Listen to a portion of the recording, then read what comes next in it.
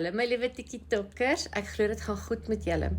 TikTokkers, ek het iets wat ek julle mee wil plak, hou vas. TikTokkers, dit is Anserie Burger.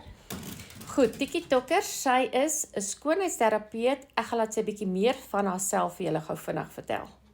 Okay, ek het in Potchefstroom geswat by Tina Schools. Ek het 'n 3 jaar kursus gedoen. Ek het internasionale kwalifikasies, so mens kan maar sê 'n graad in skoonheid.